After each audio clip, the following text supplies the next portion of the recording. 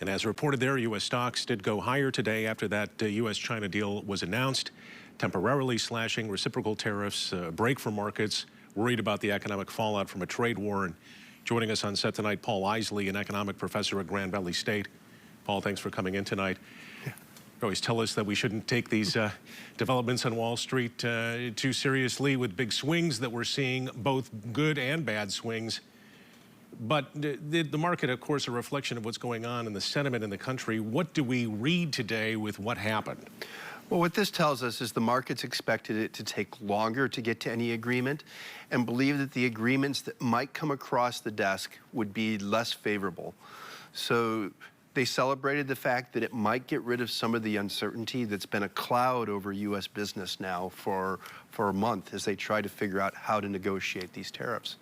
Retailers especially breathing a sigh of relief today. In fact, one analyst said that Christmas was saved.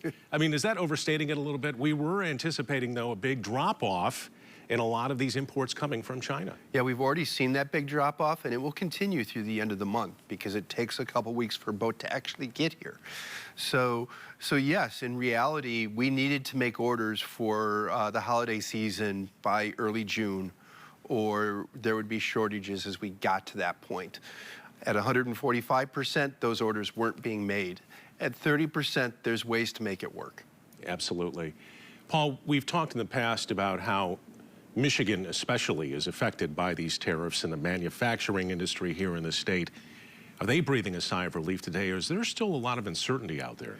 There is still a lot of uncertainty out there. They are trying to determine what's going to stick, what's not going to stick.